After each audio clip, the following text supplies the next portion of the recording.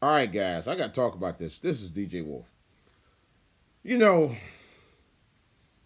over the years, well, at least back in 2018 and I think part of 2019, I did like at least 5 or 6 videos on Monique. Most of them were not in their favor. There was one that I did last year about her giving the business to the bonnet culture, which she was absolutely right about. It's the only thing I have agreed with her on. From my understanding, I guess she did a comedy show with Dale Hughley, and I think Dale Hughley had her as the opening act for him. And I guess she had a contract, according to what Dale Hughley said. I don't want to go into particulars about it, but it just goes to show you that Monique really her she has a big head. She has a big head. I mean, really, she do. She has a big head complex where she really got to a point now. She's burned more bridges than she can repair. Really. And usually, when you're talking greasy like that, you're starting to fire. And she started fire with several people, several big name, uh, several the biggest names in black entertainment. I mean, let's keep it real. Steve Harvey, Tyler Perry, Lee Daniels, Oprah Winfrey, to a lesser extent, Roland Martin, and now D.L. Hughley. You really put your foot in your mouth. Oh yeah, I forgot. To another lesser extent, Charlamagne the Guy from the Breakfast Club. Monique has been burning bridges for the last 4 or 5 years, which is why her career is not where it needs to be anymore. You know, and my understanding, the show that she did, where she threw D.L. Hughley under the bus, or tried to anyway, wasn't even a sold out show. That's what I heard. My thing is this: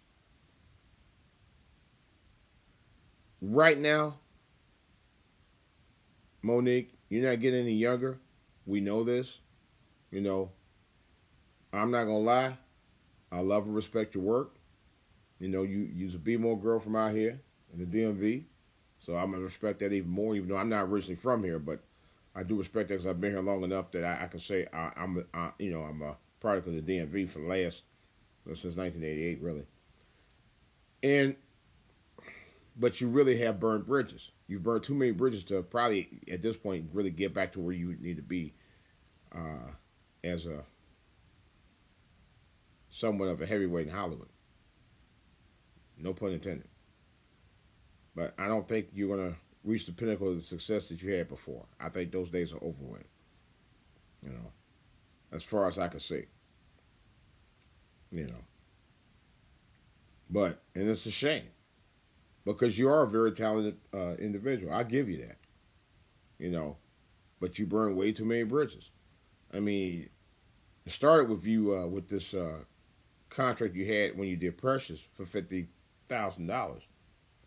But my thing of it is, if you agreed to do it for $50,000, how you gonna ask for more money because they asked you to do a press junket?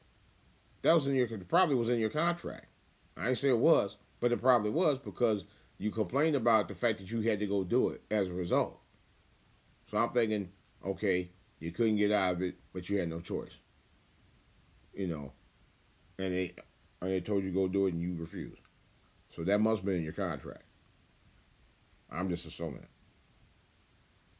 Anyway, um, and then you fought Netflix. Come to find out, uh, Netflix was going to offer you. I think they said they were from multiple sources said they were offering you 3 million. And the reason why you're not getting the 3 million is because you wouldn't audition. And then somebody in the comment section, one of the YouTube channels I saw said, "Oh, you gotta tell jokes. How you audition? You tell jokes? Yeah, you tell jokes, mother effer. You tell jokes. If you're auditioning for a acting role, what do? You act. When you're auditioning for a comedy gig, especially if it's at a small venue or a large venue, guess what you do? You tell jokes. You certainly do. That's how you get the gig. I don't care how big you are. You know, my thing is, you burned too many bridges to get back to where you need to be. And Dale Hughley, I mean, Dale Hughley's still a household name. Why'd you want to mess up that brand? You know, why you want to step on his toes of all people? After all, he's one part of the Kings of Comedy. And guess what, Monique? Weren't you in Samora and Adele Givens and Miss Laura part of the Queens of Comedy, the ones that got the idea from the Kings of Comedy, who Dale Hughley was a big part of, along with Steve Harvey, the late great Bernie Mac, and Cedric the Entertainer, that y'all took the idea from? Hmm. Wonder how that happened. Huh. Just saying. Monique. Your brand was doing pretty good until you started messed up with getting bad, making bad deals. You know, and then on the Netflix thing, they said because you didn't audition, they were only going to offer you I think $500,000. So you burnt your bridges on that, from my understanding. And you really right now, it is what it is. You know, you're not. I mean, you're not as funny as you used to be, and I've noticed that in a couple things I saw you in. I don't know. Just hey, I don't know what's it gonna take for you to do it. I hope, hey, God bless you. I really hope that much success come back your way again. But it's just a matter of you trying to get back on top and stop burning bridges because I think it may be too late for your career.